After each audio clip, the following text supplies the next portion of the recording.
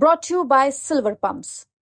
Top quality और consistent performance के लिए सिर्फ सिल्वर पंप नाम याद रखना। आप देख रहे होंगे बंगाल जल रहा है, वहां की मुख्यमंत्री चुप है, दंगाइयों को शांति दूत कहती है। अरे लातों के भूत बातों से कहां मानने वाले हैं।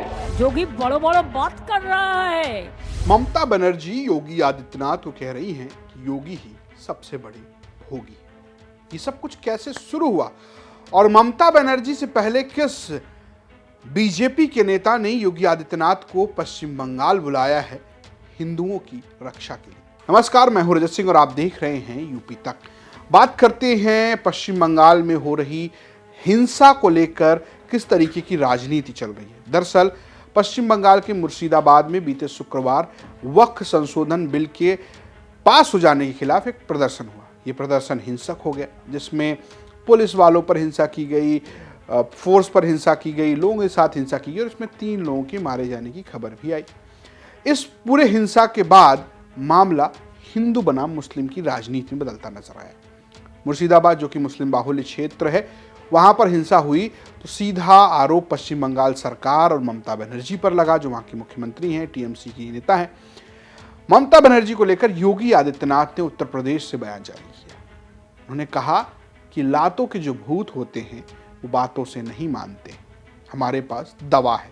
डंडे की बात की योगी आदित्यनाथ। आप देख रहे होंगे बंगाल जल रहा है, वहां की मुख्यमंत्री चुप है, दंगाइयों को शांति दूत कहती है।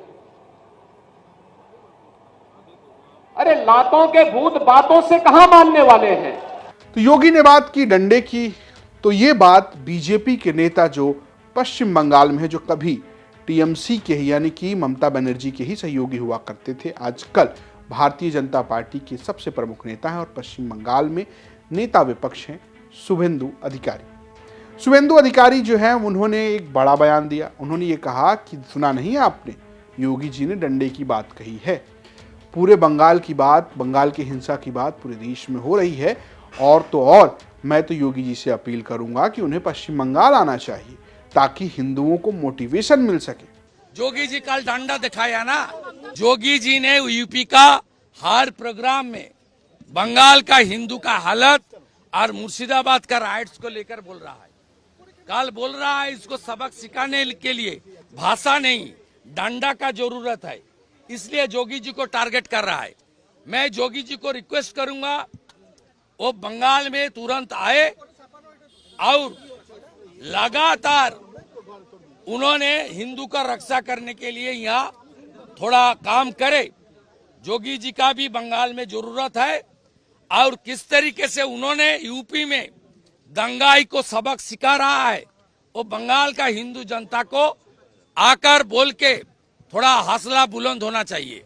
शुभेंदु अधिकारी यहां तक कह गए कि जिस तरीके से दंगाइयों का इलाज उत्तर प्रदेश में योगी आदित्यनाथ करते हैं, ठीक उसी तरीके से इलाज जो है वो हम भी करेंगे, हमारी सरकार बनेगी। पूरी सियासत इसके इर्द गिर्द घूमने लगी। दरअसल योगी आदित्यनाथ का एक परसेप्शन है कि वो लगातार इस तरीके से ही पॉलिटिक्स करते हैं और उत्तर प्रदेश में जब भी इस तरीके की घटना होती है तो वो सख्त एक्शन लेते हैं। योगी आदित्यनाथ भी इसे खुले मंच से लगातार कहते रहे हैं और वो ये कहते रहे हैं कि दंगाइयों का इलाज उन्हें आता है, जो जिस भाषा में सीखेगा उसको उस भाषा में सिखाएंगे। इस तरीके की राजनीति योगी आदित्यनाथ की रही। ऐसे में पश्चिम बंगाल के जो बीजेपी के नेता हैं, उन्होंने योगी आदित्यनाथ से अपील की और जो योगी आदित्यनाथ ने कमेंट किया, ये सब कुछ ममता बनर्जी जो कि वहाँ की मुख्यमंत्री हैं वो सुन रही थी। उन्होंने योगी आदित्यनाथ पर अपनी भड़ास निकाली। इमामों को लेकर एक उन्होंने मीटिंग बुलाई थी। इस मीटिंग के दौरान उन्होंने ये कहा कि योगी ही सबसे बड़ा भोगी है, जो लोग कुंभ में मारे गए उनका हिसाब तो आज तक दे नहीं पाए। जोगी बड़ो बड़ो बात कर रहा है, सबसे बड़ा भोगी है। महाकुंभ में कितना लोगों का मौत हुआ, कितना लोगों ने इंजर्ड हुआ, कोई लिस्ट ऑफ पब्लिकली दिया। अभी पूरी पॉलिटिक्स ममता बनर्जी, योगी आदित्यनाथ और शुभेंदु अधिकारी के इर्द गिर्द घूमती नजर आ रही है। दरअसल योगी आदित्यनाथ उत्तर प्रदेश की पॉलिटिक्स को इसी पिच पर रखना चाहते हैं, जिससे उनको ये लगता है कि एक ध्रुवीकरण होगा और वो उसके लिए एक नारा भी देते हैं 80-20, यानी कि 80% लोग उनके साथ, 20% लोग विपक्ष में, और वो 20% जो हैं वो एक धर्म विशेष के लिए माना जाता है कि वो टर्मिनोलॉजी यूज करते हैं। योगी आदित्यनाथ लगातार इस पेज पर बने हैं और वहीं अगर आप देखेंगे अभी उत्तर प्रदेश में राजनीति जो है वो कहीं ना कहीं ठाकुर बनाम दलित के इर्द गिर्द घूम रही है, क्योंकि राजपूत संगठनों का प्रदर्शन चल रहा है। अखिलेश यादव अपने दलित सांसद के लिए खड़े नजर आ रहे हैं। तो इन सब के बीच में क्या ये बयान जो है वापस से इस नैरेटिव को चेंज करेगा जो लगातार उत्तर प्रदेश में संभल की वजह से इसी नैरेटिव पर चलता हुआ नजर आ रहा था। आपको बता दें कि संभल में बीते साल जामा मस्जिद में सर्वे के दौरान हिंसा फैली थी और उस हिंसा के बाद इस तरीके का नैरेटिव उत्तर प्रदेश में लगातार चलता रहा है। लगातार कई जगहों पर खुदाई और नए कूपों का निकल आना, ये सब कुछ चलता रहा है। तो आपकी अपनी क्या राय है हमें कमेंट बॉक्स में जरूर बताएं। देखते रहिए यूपी तक। नमस्कार।